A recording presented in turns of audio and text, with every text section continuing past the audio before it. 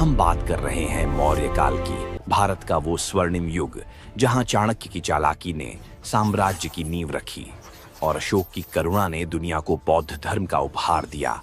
क्या आप जानते हैं कि चंद्रगुप्त मौर्य ने कैसे नंद वंश को उखाड़ फेंका, या अशोक ने कलिंग युद्ध के बाद अपना हृदय कैसे बदल लिया? अगर आप स्टूडेंट हैं और इतिहास बोरिंग लगता है तो रुकिए, ये वीडियो सिर्फ तारीखें और नाम नहीं सिखाएगा।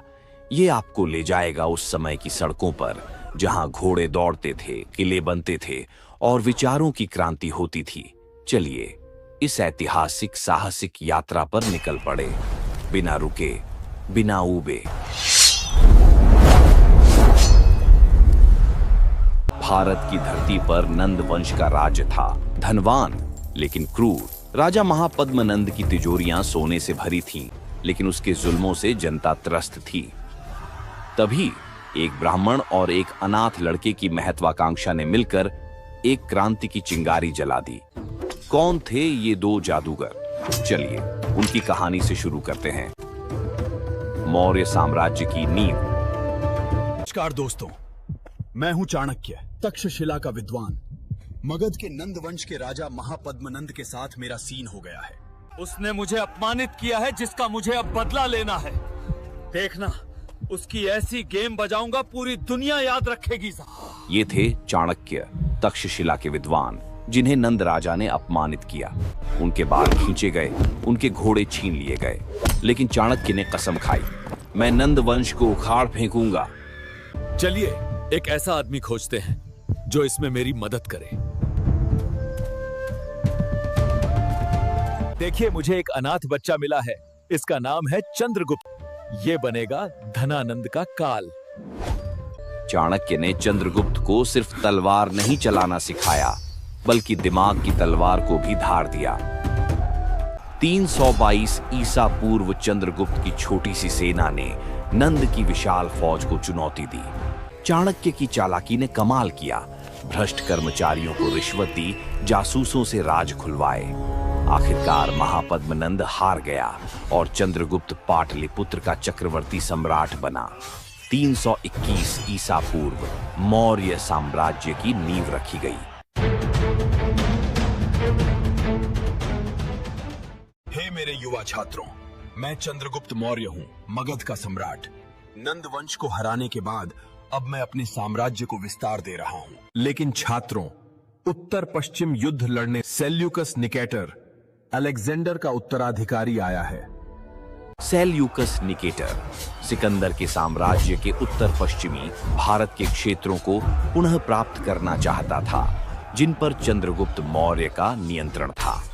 305 से 303 ईसा पूर्व में चंद्रगुप्त मौर्य और सेल्यूकस निकेटर के बीच हुए सेल्यूसिड मौर्य युद्ध में चंद्रगुप्त ने सेल्यूकस को पराजित किया था। छात्रों, सेल्यूकस निकेटर को मैंने हरा दिया है। शांति संधि में सेल्यूकस ने मुझे 500 हाथी और अपनी बेटी हेलेना को मेरी पत्नी बनाया है।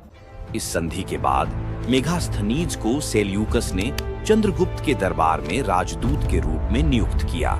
छात्रों, मैं मेगास्थनीज, एक यूनानी राजदूत, सेल्यूकस निकेटर की बेटी हेलेना के साथ चंद्रगुप्त के दरबार में जा रहा हूँ। एक शांत बगीचे में प्राचीन वट वृक्ष के नीचे बैठे उन्होंने पेपिरस पर क्विल से इंडिका लिखी, प्राचीन भारत का पहला विदेशी वर्णन। इसमें मेगास्थनीज ने 2 प्रकार के अधिकारियों का उल्लेख किया है, मंत्री और सचिव। चंद्रगुप्त के शासन का वर्णन वो इस प्रकार करता है। छात्रों, यहाँ का समाज 7 वर्णों में बटा है। रास्तों पर विश्राम गृह बने हैं। राजा महिला अंगरक्षक भी रखता है। चंद्रगुप्त शाही जुलूस निकालता है, जिनमें सजाए गए हाथियों का उपयोग किया जाता है। पाटलिपुत्र राज्य की राजधानी है। यहाँ दास प्रथा नहीं है, मगर कठोर सजा के प्रावधान हैं। ये बातें याद रखना, पेपर में काम आएंगी। मेगास्थनीज ने राजा को भूमि का स्वामी कहा है। राज्य की जो आय अपनी निजी भूमि से होती थी, उसे सीता और शेष से प्राप्त भूमिकर को भाग कहते थे। इसके अतिरिक्त सीमाओं पर चुंगी, तटकर, विक्रय कर, तोल और माप के साधनों पर कर, द्यूत कर, वेश्याओं, उद्योगों और शिल्पों पर कर, दंड तथा आकर और वन से भी राज्य को आय थी।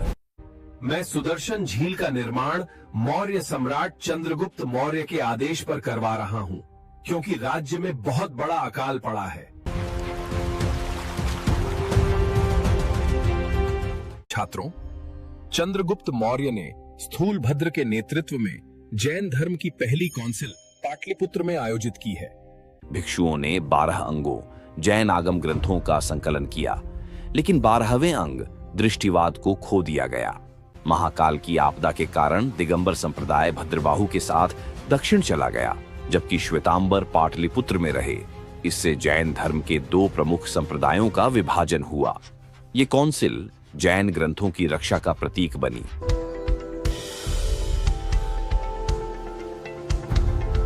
लगभग 24 वर्ष के शासन के बाद 297 ईसा पूर्व चंद्रगुप्त ने सिंहासन त्याग दिया। जैन आचार्य भद्रबाहु के साथ दक्षिण की ओर प्रस्थान किया, जहां उन्होंने श्रवणबेलगोला की पहाड़ियों में जैन सन्यासी का जीवन अपनाया। वहां कठोर उपवास, संलेखना के माध्यम से उन्होंने शरीर त्याग किया। यह एक जैन परंपरा थी।